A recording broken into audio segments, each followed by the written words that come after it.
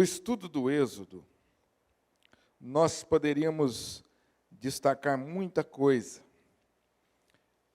É, sem dúvida, um dos livros mais importantes no que se diz respeito a revelar a nós acerca do caráter de Deus e acerca dos seus planos de salvação. Esse é um dos livros mais ricos em revelar a nós acerca do caráter de Deus. Quem é Deus? Esse Deus que nós adoramos. No livro do Êxodo nós encontramos a maior concentração de milagres da Bíblia. Nenhum outro livro tem tantos milagres como o livro do Êxodo. E a razão básica da manifestação, da operação, da realização desses milagres, a razão básica é mostrar o caráter de Deus. Quando Deus realiza esses milagres, Ele está se apresentando, Ele está se dando a conhecer para um povo que estava no início de um relacionamento com Ele. É natural. Quando a gente começa o relacionamento com alguém, é natural que a gente vá se revelando, a gente vá mostrando, né, através das nossas ações, quem nós somos. E à medida que isso vai acontecendo, nós vamos estreitando esses laços com aquela pessoa. O livro do Êxodo tem esse propósito, em que Deus se dá a conhecer ao seu povo, a sua igreja. E essa igreja, esse povo, vai aprendendo sobre o caráter de Deus e vai aprendendo como que Deus quer ser adorado. Como que eu me relaciono com Deus? Então, há duas coisas que precisamos ter em mente em todo o livro do Êxodo. Às vezes a gente se preocupa com os detalhes da simbologia, mas não podemos perder de vista sempre os aspectos gerais, os ensinos gerais, dominantes. Né? O que está, qual que é o objetivo maior do livro? Então é isso, mostrar quem é o nosso Deus, Deus quem nós servimos, como Ele se manifesta e como Ele quer ser adorado. Uma coisa interessante no livro do Êxodo, e que eu tenho repetido para os irmãos, é que nós temos a tendência de nos aproximarmos de Deus, nos relacionarmos de Deus, de acordo com a nossa intuição, ou de acordo com a nossa herança. Perguntasse assim, por que você adora a Deus assim? Eu aprendi assim, meus pais fizeram assim, meus avós fizeram assim. Ou talvez você dissesse assim, eu não sei exatamente, eu penso que assim é melhor. Então, baseado na intuição. Porém, o livro do Êxodo mostra para nós o seguinte: Deus quer ser adorado conforme aquilo que a palavra dele ensina, e não conforme a nossa intuição, e não conforme a nossa herança. Então, Deus deixa muito claro isso para nós. Olha, não é de qualquer jeito, não é o que você pensa. Não é conforme você pensa. Então, você vê muitos detalhes no livro do Êxodo. Faça isso, faça aquilo. Faça exatamente nessa medida. E você pensa, mas por que Deus detalhista? Nos mínimos detalhes? Por quê? Que Deus é tão caprichoso assim? É porque, nesse momento do relacionamento com o povo, Ele está exatamente tentando incutir na cabeça do povo assim, não é do jeito que vocês querem. É do jeito que eu quero. Amém? Essa é uma lição que, às vezes, nós, seres humanos, temos dificuldade, né? Não, eu até faço, mas do jeito que eu quero. Deus falou, opa, não, mas fica tão bom assim, não é? Eu me sinto bem assim, Júlio, fazendo. A questão não é se você se sente bem, principal, não é se fica bem, a questão é se Deus quer assim. E aí, meus irmãos, é o grande desafio nosso em toda a nossa vida cristã. Conhecer a revelação de Deus e ser obediente a ela.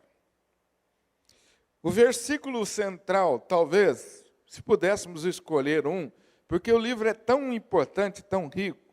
Mas um versículo que eu tenho destacado com os irmãos está no capítulo 25, versículo 8 e versículo 9, que fala bastante do que o versículo, entre outras coisas, ensina o que eu acabei de falar. 25, 8 e 9. Esse é um texto importante para a compreensão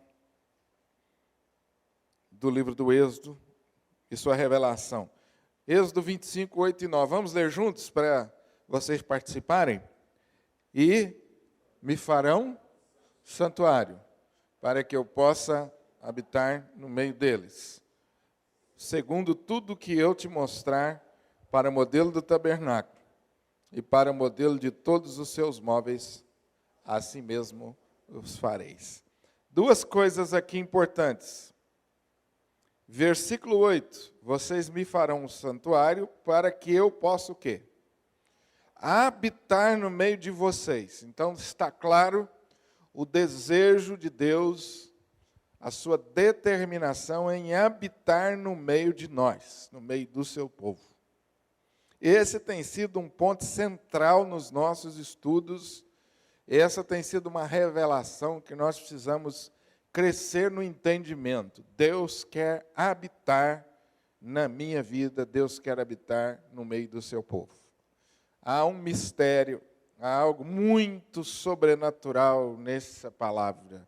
Como que esse Deus infinito, todo-poderoso, pode habitar em mim? Como que pode isso? Não é? Como que pode? Está aqui uma das coisas mais tremendas na vida da fé. Quando você fala assim, Deus habita em mim. Às vezes a gente até se acostumou com isso, canta isso. Deus habita em mim. Já parou para pensar na profundidade, na importância, no privilégio que é isso? Então é exatamente isso que Deus está aqui revelando ao povo. Olha, eu quero habitar no meio de vocês. Eu quero ser conhecido. Eu quero ser conhecido por vocês. Eu quero me relacionar com vocês. Já parou para pensar isso? Que Deus quer se relacionar com você? Que coisa maravilhosa. Nós poderíamos ficar aqui pensando sobre as implicações dessa verdade muito, muito tempo e a gente não ia esgotar de tão maravilhoso que é isso. Esse Deus Todo-Poderoso quer se relacionar comigo? E aqui você entende, por que orar? Por que cantar? Por que vir a uma igreja? Por que procurar fazer as coisas que agradam a Deus e conhecer, inclusive, a sua palavra? Por quê? Porque isso faz parte do relacionamento com Deus.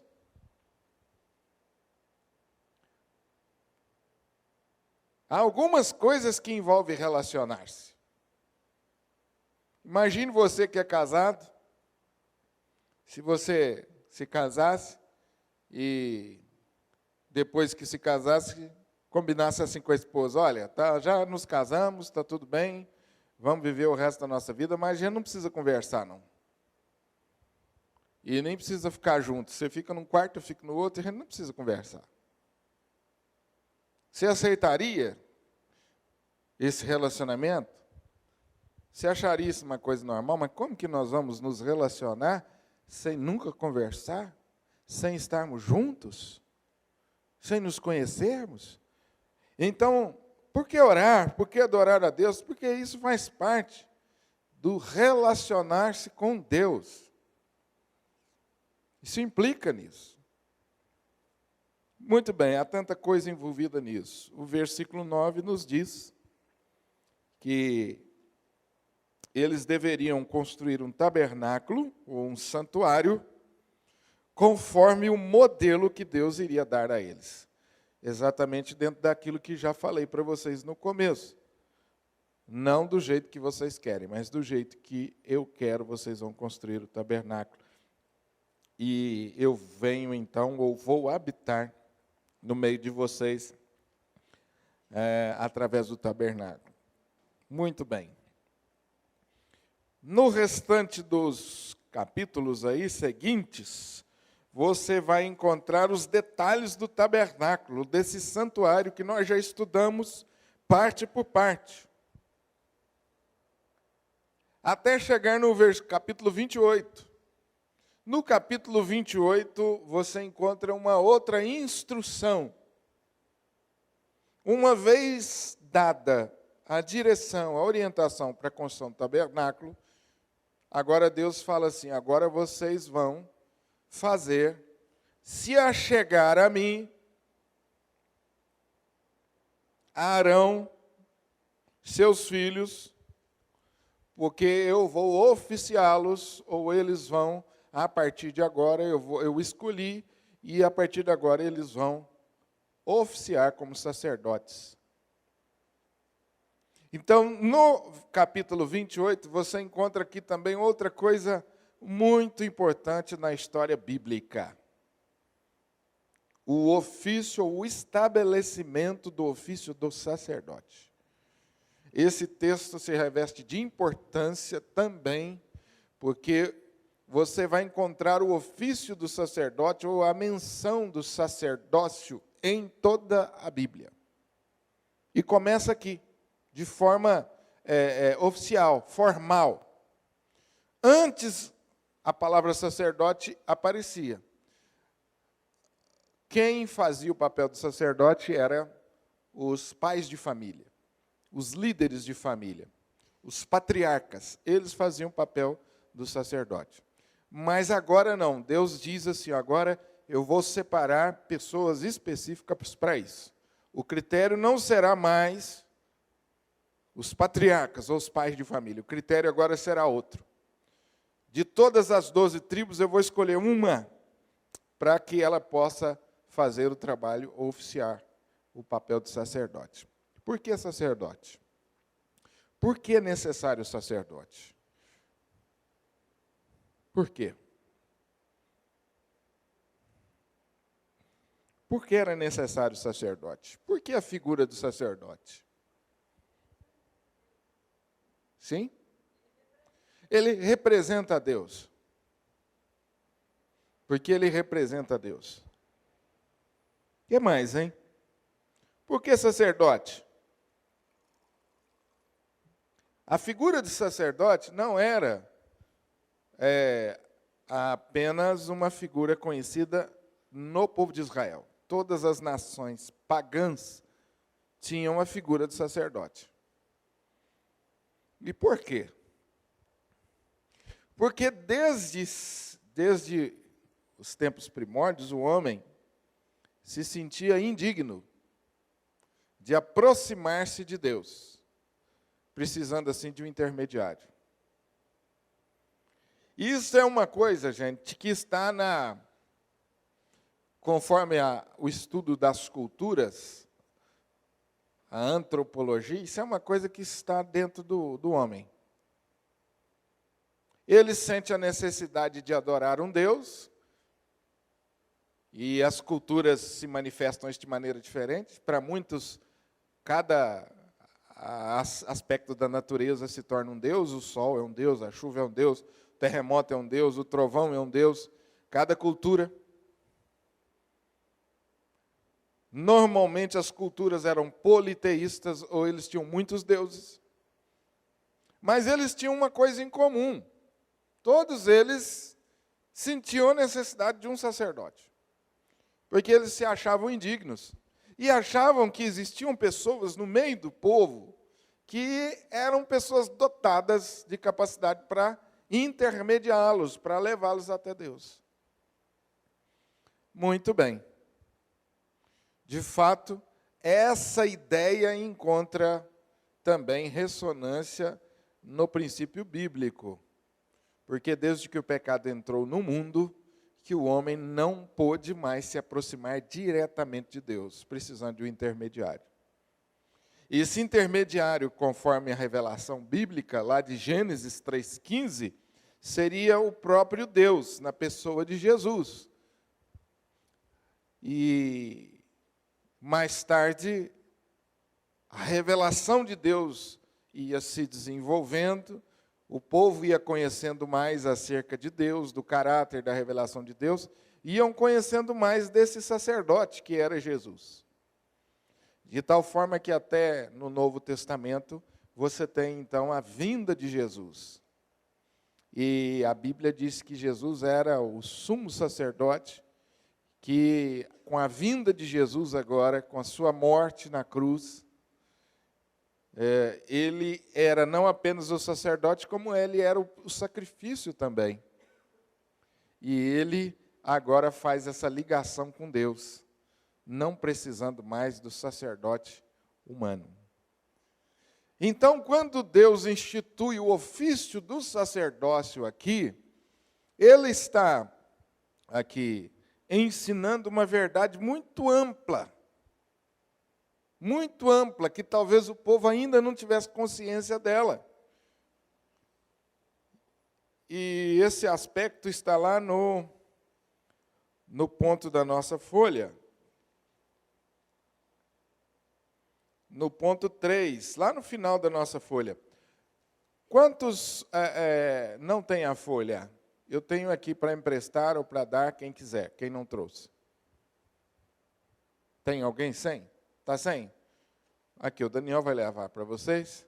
Mais alguém pode pegar sem problema, gente. Quem esqueceu, pode pegar outra. Depois que se quiser levar para dar para alguém, me devolver. O ponto 3 da nossa folha diz assim: o sacerdócio levítico prefigura o sacerdócio do nosso Senhor Jesus Cristo e estabelece princípios para o serviço que todo cristão deve prestar a Deus. Esse tem sido um dos pontos centrais aqui do nosso estudo também. Esse sacerdote, ele era a prefiguração do sacerdócio do nosso Senhor Jesus Cristo, que viria mais tarde. Ao mesmo tempo que esse sacerdócio que Deus institui no capítulo 28, está apontando para a pessoa de Jesus como sacerdote definitivo, ao mesmo tempo, essa formalização também estabelece princípios para o sacerdócio. Então, há dois aspectos importantes aqui. Primeiro, ela aponta para Jesus. Segundo, ela estabelece princípios para o sacerdócio. Mas que sacerdócio é esse que nós estamos falando? E aí, nós vimos aí no versículo que abre a nossa folha, que no Novo Testamento, quem são os sacerdotes? Também vós, 1 Pedro 2,5. Na folha que está aqui, no versículo que está na abertura da folha. Vamos ler juntos? Também vós mesmos, como pedras que vivem, sois edificados, casa espiritual, para serdes, a fim, agradáveis a Deus. Então, agora no Novo Testamento, e quem são os sacerdotes? Somos todos nós. Porque agora nós temos a função de sacerdotes. Porque nós, de alguma forma, também levamos as pessoas ao conhecimento de Deus, e porque nós também oferecemos sacrifícios espirituais a Deus agora. Os nossos sacrifícios não são mais sacrifícios de animais, são sacrifícios espirituais que nós oferecemos a Deus. E o maior de todos esses sacrifícios que oferecemos a Deus, inclusive domingo à noite nós falamos sobre isso, é a nossa própria vida, que nós oferecemos a Deus em sacrifício vivo, santo e agradável a Deus. Nós vimos então, no ponto 1, um pouco da história do sacerdote, já recordamos aqui rapidamente. Vimos no ponto, aliás, na introdução, no ponto 1, nós vimos aqui a consagração geral dos sacerdotes. Foi o nosso estudo na quarta-feira passada. Como que Deus formalizou o ofício do sacerdote. Então, basicamente, o sacerdote passava por uma cerimônia que envolvia 3 aspectos. Qual a primeira parte? Podem me responder, por favor, para vocês participarem. O que envolvia a primeira parte da cerimônia? Todo sacerdote deveria passar por um processo de purificação, uma limpeza simbólica. Esse era o primeiro ato. O sacerdote deveria lavar as suas mãos e os seus pés na pia de bronze, e isso simbolizava a necessidade constante de limpeza no que as suas mãos fizeram e onde os seus pés foram. Segundo a segunda parte da cerimônia era a unção. Os sacerdotes eram vestidos com vestimentas características e as suas cabeças eram ungidas com óleo. Qual é a simbologia?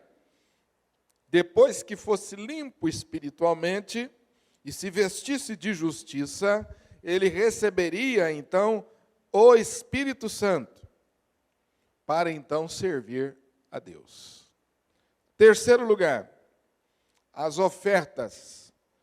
No âmago, na essência, no ponto central da cerimônia, estava a oferta pelo pecado. Os homens, ou os sacerdotes, que representariam as pessoas diante de Deus, tinham que, em primeiro lugar, ter os seus próprios pecados perdoados. Nós falamos bastante disso na quarta-feira. Diariamente, durante 7 dias, o sacerdote deveria oferecer um novilho como oferta pelo seu pecado. O novilho tinha que ser morto e seu sangue aplicado nos 4 chifres do altar antes de ser vertido para fora. E partes do seu corpo eram queimadas. Então, esta era, resumidamente, a cerimônia de consagração de um sacerdote. Primeiro, ele deveria purificar seus pecados. Segundo, ele deveria receber a unção, que era a presença de Deus se manifestando através dele para o ofício, para o trabalho. E terceiro, as ofertas pelo seu pecado ou a santificação. Muito bem, esse sacerdote deveria agora se vestir de uma forma diferente. Como que era a vestimenta do sacerdote? Então, nós separamos ali alguns slides, e nós vamos colocando ali para os irmãos. A primeira parte da vestimenta era a estola sacerdotal ou a éfode. Ela era uma vestimenta confeccionada em 4 cores. Vê se você encontra aí, Carlos. Ali está a cerimônia onde eles eram reunidos para a consagração. A unção, o óleo sendo derramado sobre a cabeça, e agora eles estão se vestindo com essas vestimentas específicas. Ali, volta um pouquinho, Carlos, por favor, a imagem anterior, não, a próxima. Isso, eles estão sacrificando ali o animal pelos pecados do próprio sacerdote. Ok? Vamos para frente? Agora ali vem as partes da vestimenta do sacerdote. Então, a éfode, ou a estola sacerdotal, vocês estão vendo lá? Conseguem enxergar a palavra éfode? Estão vendo ali? Vê se você consegue, nas imagens seguintes, Carlos, essa vestimenta separada. Isso, ficou melhor agora, né? Estão vendo ali, do lado esquerdo, a palavra éfode? É toda a vestimenta ali, principal. Confeccionada de 4 cores, e essas cores, elas simbolizavam a pessoa, ou a beleza da pessoa do nosso Senhor e Salvador Jesus Cristo. alguns textos bíblicos nos mostram essa visão. Apocalipse capítulo 1, versículo 12 e 13, por exemplo, a visão de João na ilha de Pátimo, diz assim: e voltei-me para ver quem falava comigo, e ao voltar-me vi 7 candeeiros de ouro, no meio dos candeeiros de ouro, um semelhante a filho do homem, vestido de uma roupa talar, e cingido à altura do peito com um cinto de ouro.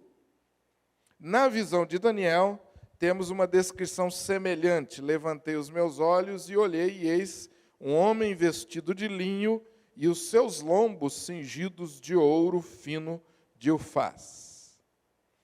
Este homem vestido de linho é uma figura de Cristo, o Rei dos Reis, o Senhor dos Senhores. Então, toda a vestimenta do sacerdote, que vocês percebam que era uma coisa bem sofisticada, não era muito simples, tinha uma simbologia. Então, a primeira parte, o primeiro aspecto ali era que a vestimenta deveria lembrar a pessoa de Jesus, nessas 4 cores dominantes aí. Ok? O próximo elemento da veste era o peitoral do juízo. O que era esse peitoral do juízo? Será que nós temos ele aí, Carlos? A estola sacerdotal. Aí vem a explicação, né?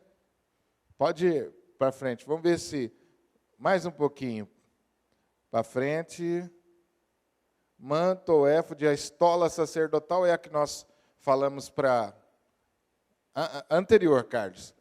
Essa aqui é a primeira parte, aqui está mais claro. É o primeiro elemento da vestimenta. Estão vendo aí, gente, que ela deveria cobrir as vestes estão debaixo? Vocês estão entendendo aí ou não? Mais ou menos? Porque na primeira parte nós mostramos o sacerdote completamente vestido. Agora eu estou tentando mostrar parte por parte. Essa é a primeira parte, a primeira vestimenta. Pode ir, Carlos. Vamos ver se a gente tem uma foto do peitoral. Sobre peles, depois, não. Túnica bordada, acho que nós não temos placa de ouro, também faz parte, o cinto. Peitoral, muito bem. Estão vendo aí o peitoral? Ficava bem aqui em cima da primeira vestimenta, da estola, vinha o peitoral lá. Uma bolsa quadrada de 20 centímetros com 12 pedras de diferentes tipos e cores. Cada pedra tinha o nome da tribo de Israel e, por estar sobre o peito e coração do sumo sacerdote, lembrava a representatividade de reflexão e do amor do Senhor ao povo de Israel. Então, o sacerdote deveria ter no peito pedras preciosas, 12 pedras, 3 carreiras de 4 pedras, lembrando as tribos de Israel. Por que deveriam ter no peito? Para simbolizar a afeição e o amor de Deus com o seu povo. Cada pedra preciosa representava uma tribo. É incrível isso, né? Como Deus trabalha os detalhes para que isso ficasse bem nítido. No peitoral tinha uma coisa muito interessante, que era 2 pedras, chamadas Urim e Tumim. O que essas pedras representavam? Não se sabe com certeza o que o Urim e o Tumim realmente eram, mas provavelmente eram 2 grandes pedras preciosas, idênticas na sua forma. Um ou o outro poderia ser tirado da bolsa para prover um sim ou um não em resposta ao buscar o Senhor para direção. Vamos ver o Urim e o Tumim ali, ó. Vocês estão vendo ali ele na mão, ali aqui as pedras maiores, ó. Então o sacerdote trazia essas 2 pedras e algumas vezes Quando Deus queria revelar a sua vontade através do sim ou do não, então o sacerdote usava essas pedras. E Deus se revelava através dessas pedras. Essa é uma coisa polêmica, porque não se sabe, os estudiosos, como era exatamente essa pedra. A Bíblia não fala os detalhes, mas tudo indica que era exatamente isso aí que nós falamos. O peitoral do juízo, portanto, tem a ver com a direção de Deus. Isso significava que o povo, que nós, precisamos ser guiados pelo Senhor e pela sua palavra para trilharmos o caminho seguro. É o Senhor, o supremo pastor de nossas almas, que nos guia às águas tranquilas e também nos guia nas veredas da justiça por amor do seu nome. E como diz o profeta Isaías, com alegria saireis e em paz sereis guiados. Os montes e os outeiros romperão em cânticos diante de vós, e todas as árvores do campo baterão palma.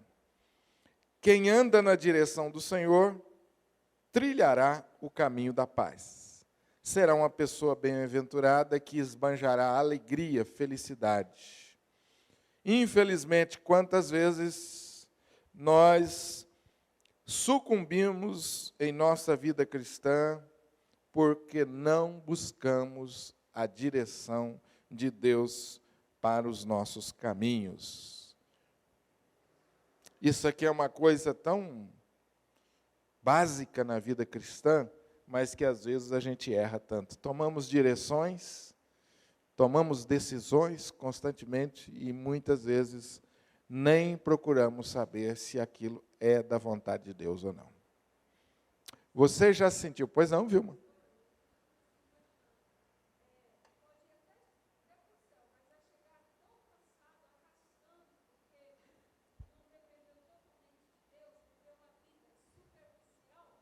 Tem bateria? Sim.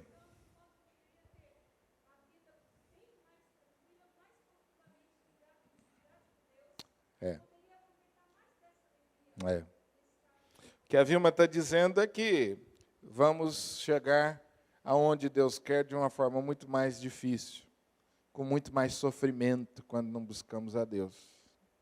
E é verdade. O caminho de Deus é um caminho de alegria e de paz. Quando nós fazemos a vontade de Deus, nós experimentamos paz e alegria, mesmo que às vezes a vontade de Deus seja uma coisa meio que diferente para nós, desafiadora.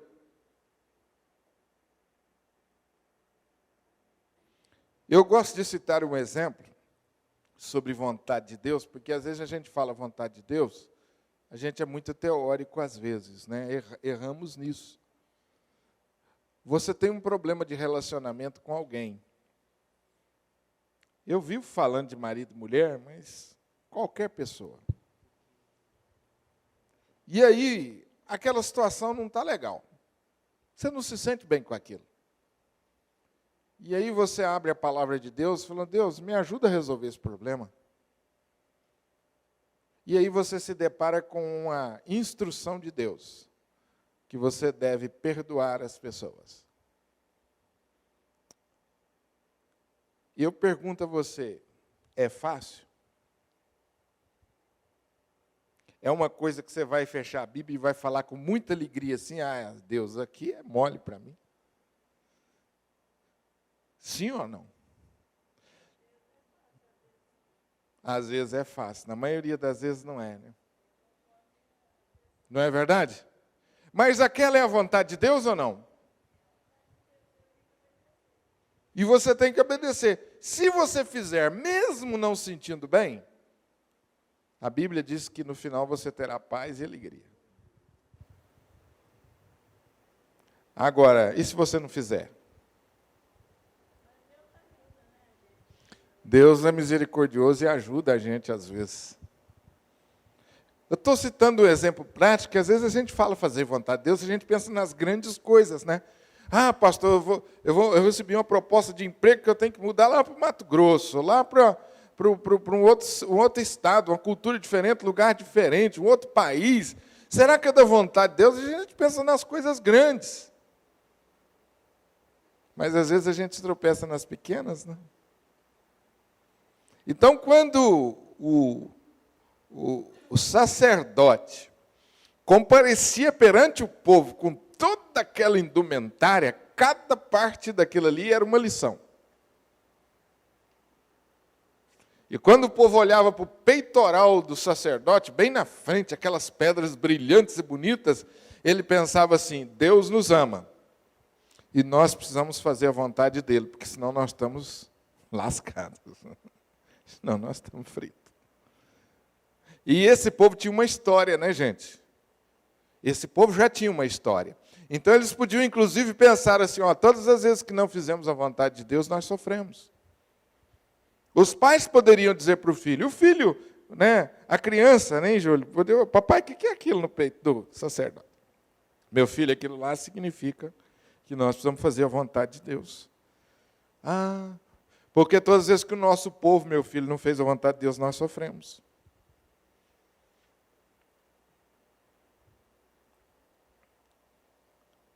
Vamos para frente. O manto do éfode.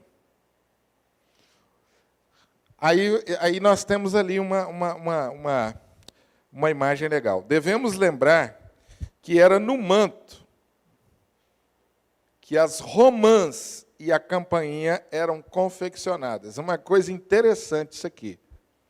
Eu acho que não era bonito, não. Tem aí, Carlos, o manto com as romãs e o sino. Não, não é esse, não. Ah, isto. Estão vendo aí? A romã e o sininho de ouro. Um ao lado do outro. No manto. O que significava isso? As romãs significavam fertilidade. E o sino, hein? As campainhas. Obviamente, todas as vezes que o sacerdote se movimentava, aquele sininho, tim, tim, tim, tim, tim. Aquilo era em toda vestimenta. A hora que o sacerdote se movimentava, o povo que estava fora do tabernáculo pensava o quê? O sacerdote está levando diante de Deus os nossos pecados. Vamos orar com ele. Interessante, né? É o momento em que o sacerdote está intercedendo por nós. Isso lembrava que eles precisavam do intercessor, isso lembrava que eles também tinham responsabilidade. O sacerdote poderia fazer tudo isso secretamente, né? Entrar lá no Santo dos Santos, fazer... Olha como Deus trabalha. Todas as vezes, gente, que o sacerdote entrava, o povo via o sininho tocando. Tem. Quando o sacerdote comparecia diante do povo, o povo via o sino, o sininho lá, a campainha, e via as romãs. Lembrando que o povo precisava frutificar. Romãs era símbolo de fertilidade. Que coisa maravilhosa. Sim? É a fruta mesmo. É. Então, eu creio que essas romãs aqui, elas eram feitas também talhadas em ouro. Não era a fruta mesmo. Era apenas o símbolo. Entendeu? Não era a fruta mesmo, não. Ok? Conforme podemos ver, estava sobre o manto o simbolismo da frutificação, como também a certeza de que as orações dos israelitas estavam sendo ouvidas por Deus. A lembrança é que, como povo de Deus, devemos ser frutíferos. João capítulo 15, versículo 5, diz assim: Eu sou a videira e vós as varas. Quem permanece em mim e eu nele, esse dá muito fruto, porque sem mim nada podeis fazer.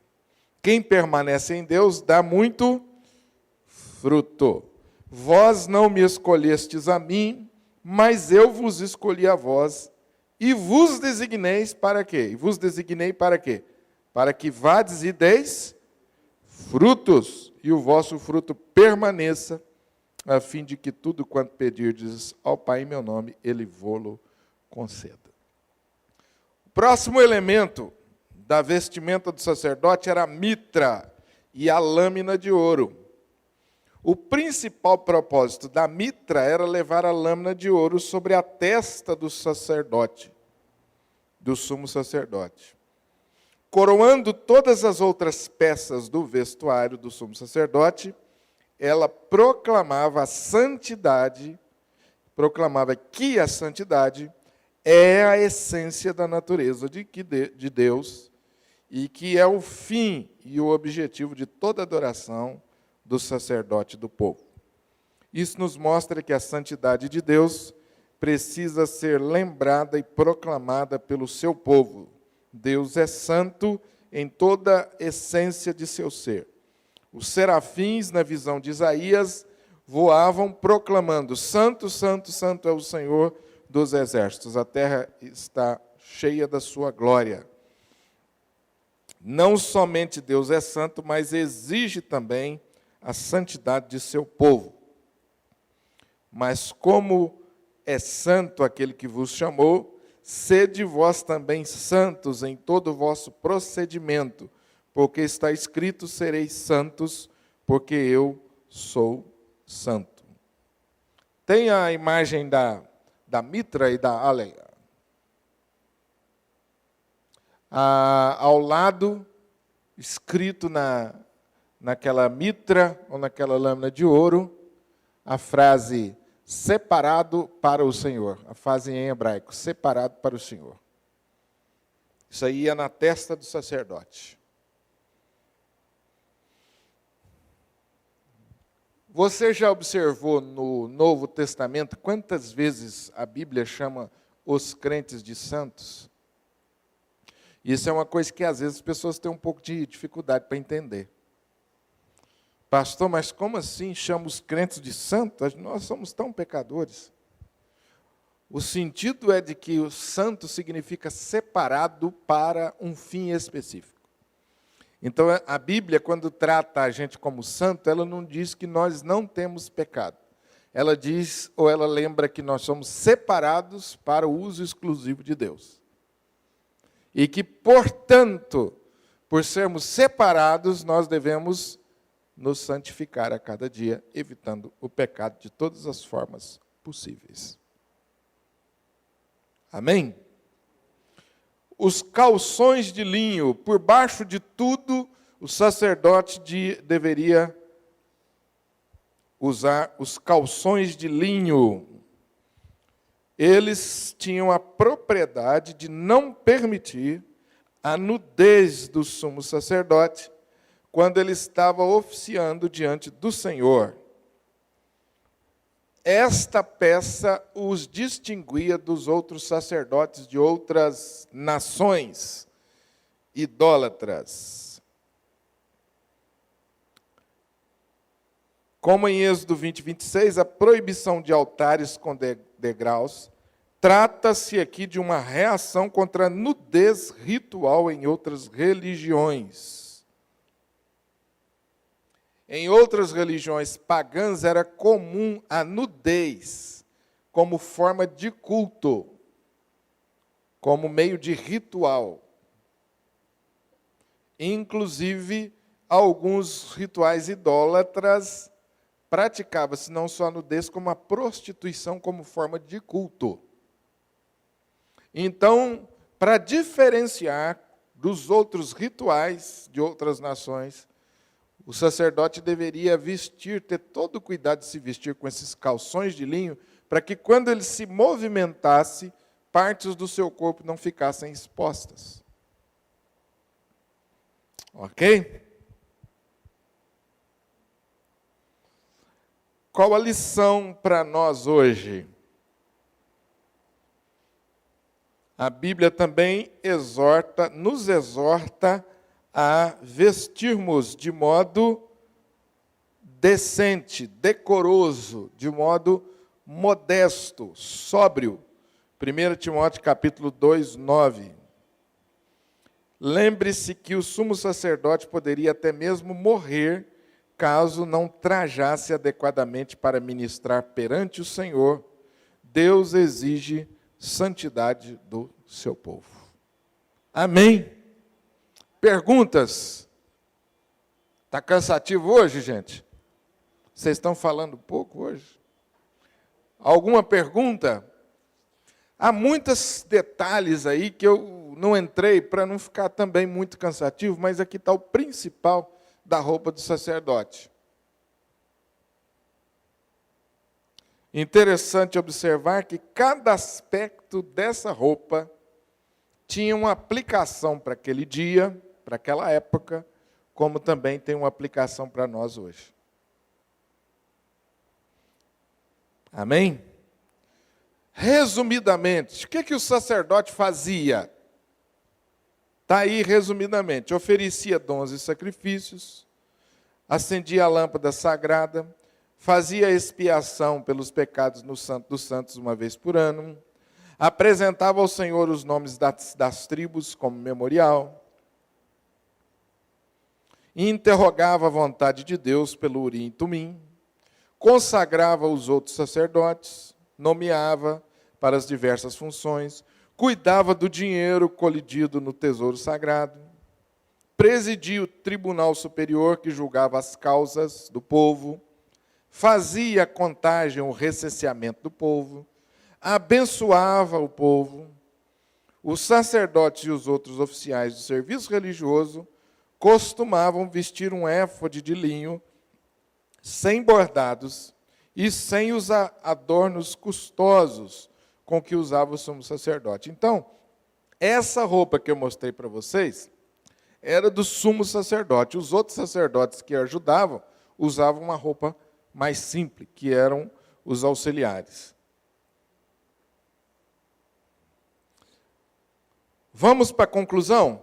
Nós já falamos do ponto 3, no início do estudo, que o sacerdote levítico apontava para Jesus como nosso sumo sacerdote e definitivo sacerdote e definitivo sacrifício, e também ele estabelece princípios para o serviço que todo cristão deve prestar a Deus. Vamos para a conclusão.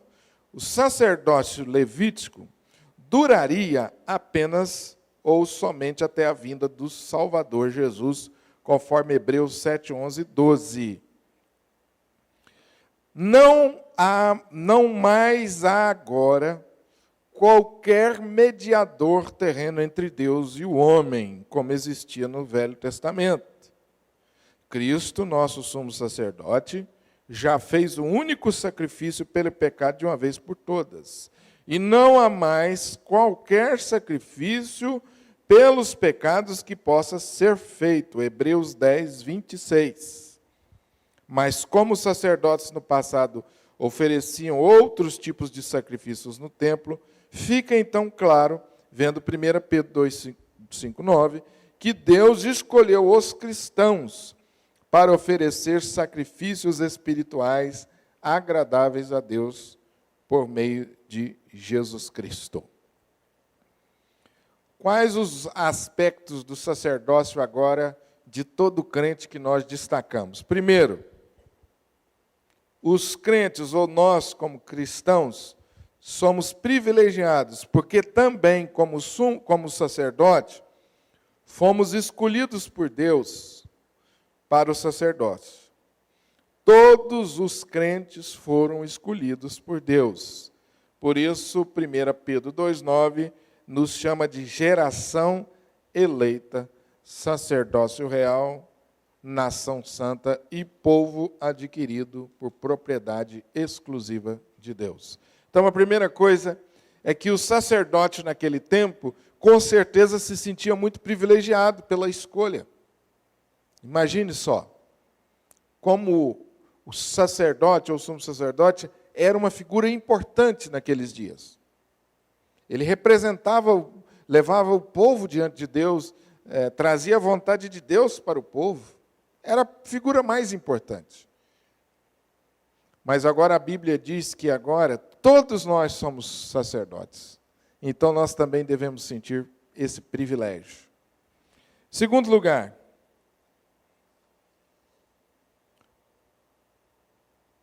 o segundo aspecto do sacerdócio do crente é que nós somos escolhidos para um propósito, para oferecermos sacrifícios espirituais e para proclamarmos os louvores daquele que nos chamou das trevas para a sua maravilhosa luz.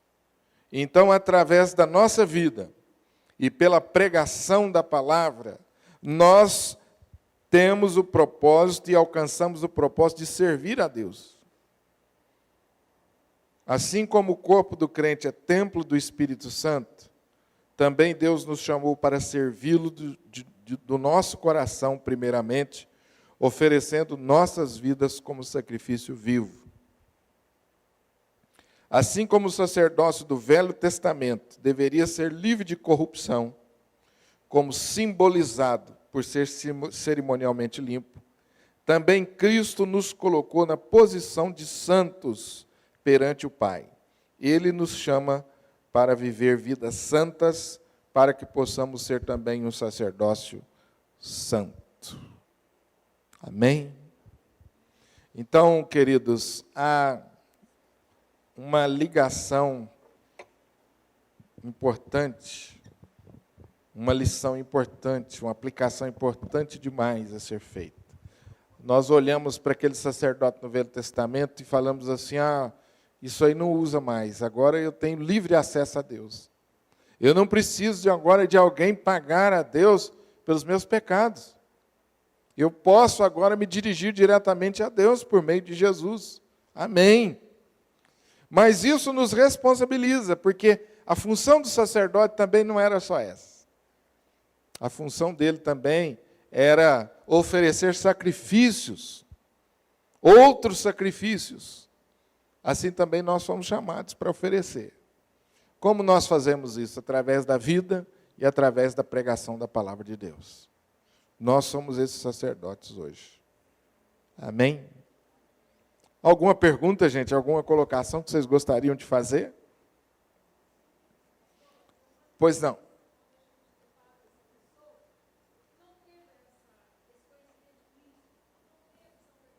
Sim.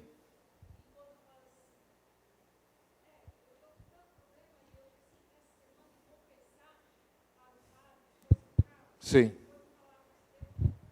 Uhum. Do supermercado, pastor, eu confesso para você que eu fiquei assim muito triste. Eu conheço a pessoa e tudo, né? Aí eu comecei a dizer para ela, filha, hoje você tem um intermediário que não precisa mais de confessar para homem nenhum. Fala com Jesus diretamente e ele vai te ouvir. Ela disse, é mesmo? Eu falei, porque ele é pecador que nem eu e você.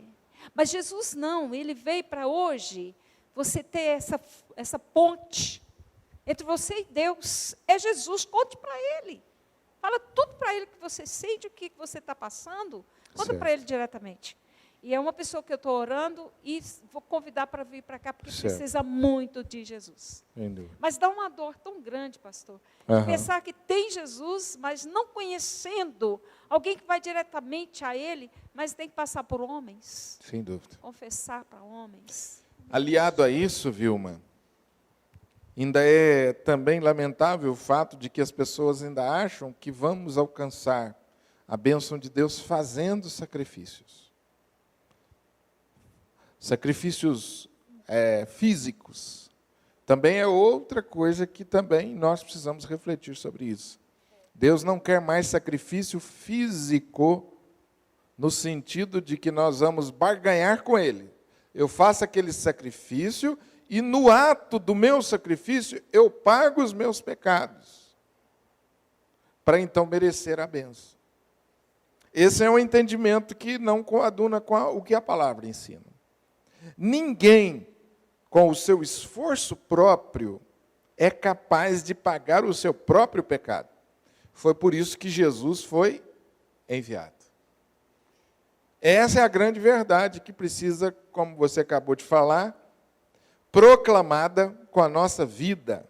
No supermercado, na padaria, na fila do banco, nós vamos encontrar pessoas que não conhecem a palavra.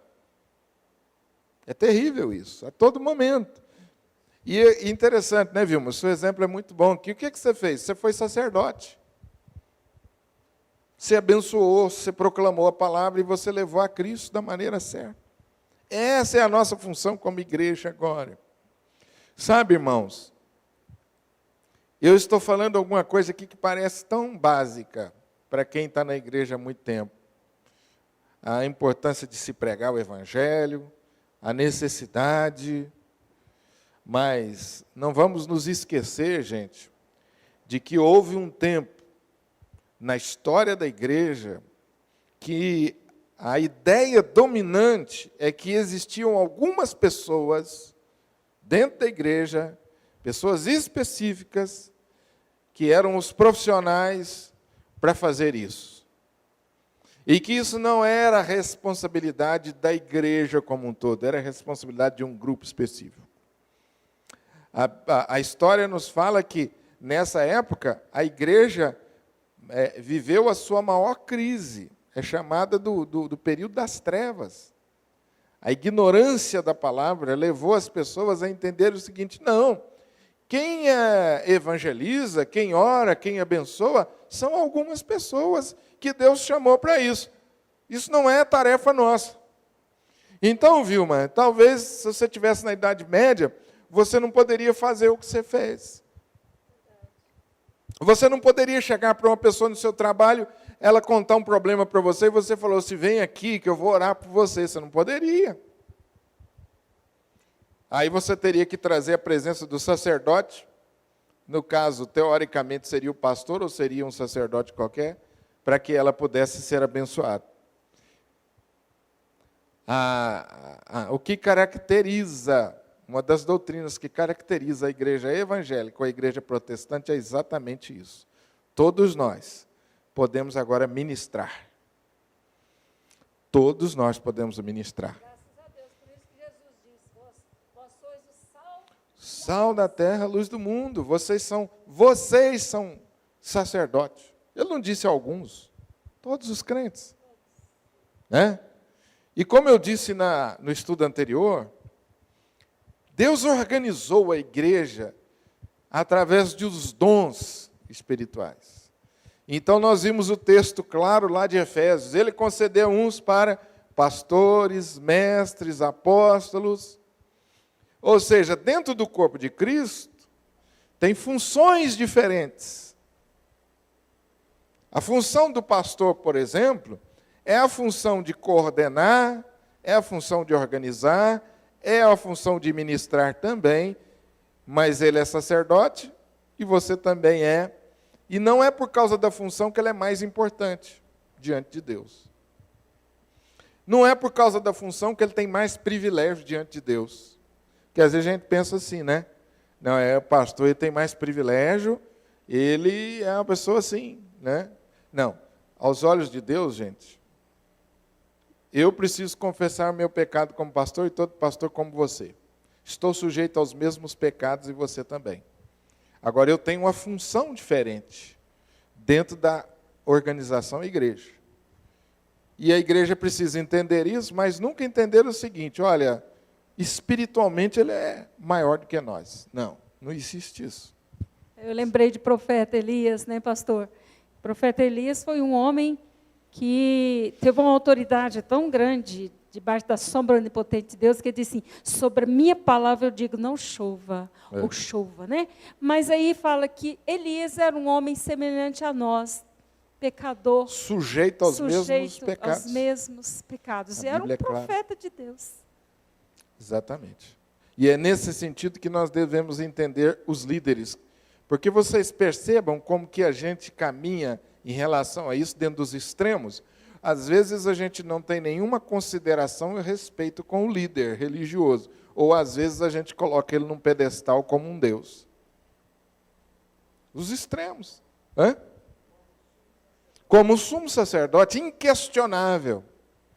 A minha autoridade enquanto pastor, ela está na medida, ela só está na medida em que eu me submeto à palavra. A minha autoridade só está nessa medida. A partir do momento que eu não me submeto a ela, eu perco a minha autoridade. Entenderam? É tudo aqui. Então, você pode julgar um pastor dentro da palavra. Julgar, vocês estão entendendo, né? Avaliar. Não é para ficar apontando o erro dos pecados, mas para avaliar. Porque tem tanta igreja hoje, né? Às vezes você vai viajar e você vê uma porta lá, igreja, você fala assim, será que essa igreja é boa ou não? Ou eu mudei de cidade, lá não tem uma igreja que eu conheço. Como é que eu faço para saber se aquela igreja é boa? Se aquele pastor não é um impostor. Como é que eu faço para saber? Não é isso que a gente está vivendo no Brasil hoje? Uma confusão danada, você não sabe? Qualquer pessoa hoje se denomina pastor e líder religioso. Nós estamos vivendo isso no Brasil. Né? E aí como que você vai julgar? Palavra de Deus. A relação dele com essa palavra, a vida dele. O falso profeta, você conhece ele, é pela relação dele de submissão com a palavra. Se começa assim, a ditar coisas que estão fora da palavra, você já pode começar a desconfiar. Entendeu? Então, eu, por exemplo, deixa eu ser mais prático. Como pastor, eu vou passar para vocês uma instrução. Gente, a partir de hoje, vocês, por favor, só vão comer carne uma vez por semana. Porque se vocês comerem carne todo dia, é pecado. E vocês escutam uma coisa dessa, o que você tem que falar? Pastor, com todo respeito, o senhor podia me mostrar onde que está na Bíblia isso? Eu tenho que mostrar para você. Não, meu irmão, a Bíblia não fala muito bem isso, não, mas a partir de hoje eu estou determinando. Você já pode começar a desconfiar. Tem alguma coisa errada. Entenderam? Aquilo que eu ministro precisa estar aqui. Por isso que pastor, igreja evangélica saudável, a palavra de Deus está no centro. Tudo aqui nessa igreja tem Bíblia, vocês já viram? Já viu, Zeca? Tudo tem Bíblia. Tudo. Tem nada que se faz sem Bíblia. A reunião de 2, 3 pessoas tem a leitura bíblica. De vez em quando alguém fala assim, a palavra de Deus nos ensina assim. Não é, Daniel? Por quê? Tudo nós voltamos para a palavra, porque a autoridade vem da palavra. Então é importante a gente entender o papel do sacerdote hoje, nos dias de hoje. Numa dimensão, todos nós somos sacerdotes. Agora, no nosso meio, existem alguns que têm a função de liderar, de coordenar. Mas isso não significa que eles são melhores do que os outros. E a autoridade deles é uma autoridade condicionada à submissão deles à palavra de Deus. Não é? Eu poderia, ou um pastor poderia dizer para você assim, irmãos, a partir de hoje, então, vocês vão comer carne só na segunda-feira, porque é pecado. Você fala, pastor, mas onde está na palavra? Não, isso aí não está na palavra, não. É determinação minha, e eu sou pastor, porque eu fiz um curso de teologia e a igreja me ordenou. A minha autoridade está nisso. Opa! A autoridade de um líder não está na ordenação só da sua denominação. A autoridade do líder está As duas coisas precisam caminhar juntas. Entendeu? As duas coisas têm que caminhar juntas. Existe uma organização que reconhece a vocação, que orienta, que ensina. E existe a congregação que observa a submissão à palavra. Então, esse sacerdócio nos dias de hoje precisa ser bem entendido. Porque de vez em quando eu ouço umas coisas por aí que me deixam de cabelo arrepiado que a turma está fazendo. De cabelo arrepiado. E não muito longe da gente. Não muito longe. Gente fazendo coisa maluca porque o pastor, porque o líder mandou. Cadê a palavra? Não tem nenhum lastro na palavra. Nenhum lastro. Apenas preceito humano. É perigoso isso. Isso não liberta. O que liberta é a palavra, é a verdade. O que faz crescer é a palavra. Pastor, e pensando bem, estar na pele dessas pessoas não é fácil não, porque vai ter que prestar conta de todos os seus atos. Sem dúvida. A palavra fala isso. Hebreus fala que, né, o líder religioso, ou o líder religioso fala do pastor como guia espiritual, que zela pelas almas e tem de prestar conta a Deus. Então, é muito pesada a responsabilidade pastoral, sem dúvida nenhuma. Por isso, nós temos apreço, respeito, porque ele foi colocado por Deus para nos ajudar espiritualmente. Nesse sentido, nós temos que ter muito respeito e apreço por todos aqueles que Deus coloca na nossa vida e são usados para nos ajudar. Devemos ter muito carinho e apreço. A palavra de Deus nos ensina isso. Agora, eles não têm autoridade absoluta sobre a nossa vida. A autoridade deles é relativa. Eles só têm autoridade enquanto são submissos à palavra. Me fiz entender, queridos? Porque isso é uma dúvida que foi levantada para vocês na quarta-feira passada, né? E qual é a função hoje de um líder religioso? Ele é sacerdote até que ponto? Como é que é esse negócio hoje? A área da música hoje, a gente usa um linguajar que a gente tem que tomar cuidado também, né, Júlia? A gente fala assim, quem ministra a música são os levitas. Você tem que entender isso, porque levitas são todos nós. O povo também é levita. Entenderam? E existem algumas igrejas hoje em dia que estão levando esse negócio do Velho Testamento ao pé da letra. Inclusive até os instrumentos musicais agora são os mesmos que usavam no Velho Testamento, as músicas, as figuras aqui na frente da igreja, tudo reportando ao Velho Testamento. Então fica uma coisa assim, meio estranha biblicamente nos dias de hoje. Os que ministram a música na igreja, eles o fazem por dom. Presta atenção nisso, eles o fazem por dom. Os que ministram a palavra na escola dominical, professores de escola dominical que ministram, o fazem por dom. Qualquer atividade que você desenvolva na igreja precisa ser movida por dom. Isso é um estudo que nós vamos fazer, que eu prometi para vocês aqui. Às vezes a gente não consegue reconhecer o dom, às vezes a gente faz uma coisa que se sente meio deslocado, mas a igreja precisa permitir que você tenha experiências, até você descobrir.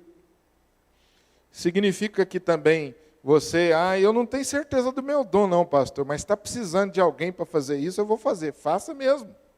Faça mesmo.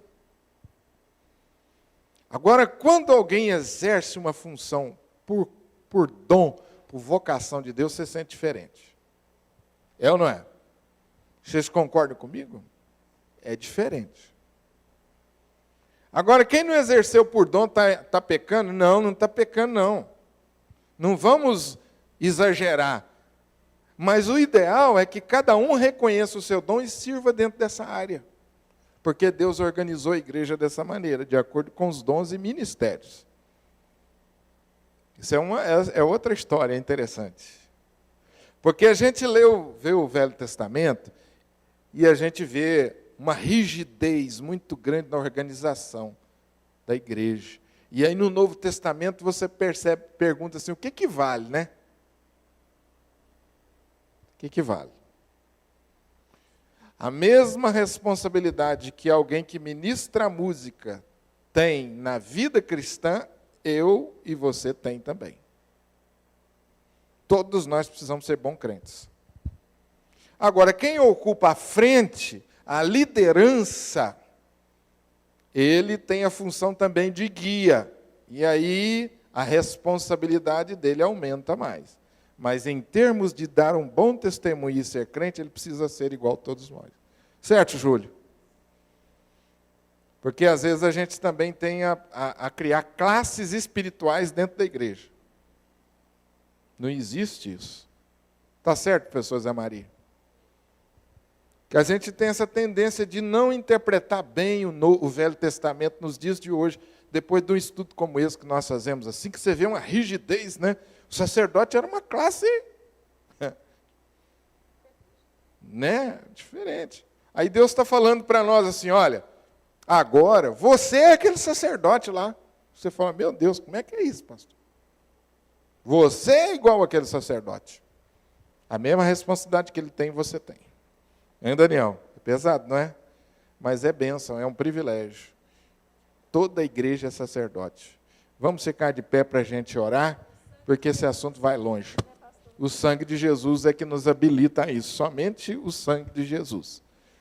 Queridos, quarta-feira, com a graça de Deus, nós continuamos aí, e eu creio que nós, assim, mais um pouco nós terminamos o Êxodo. O que eu quero fazer?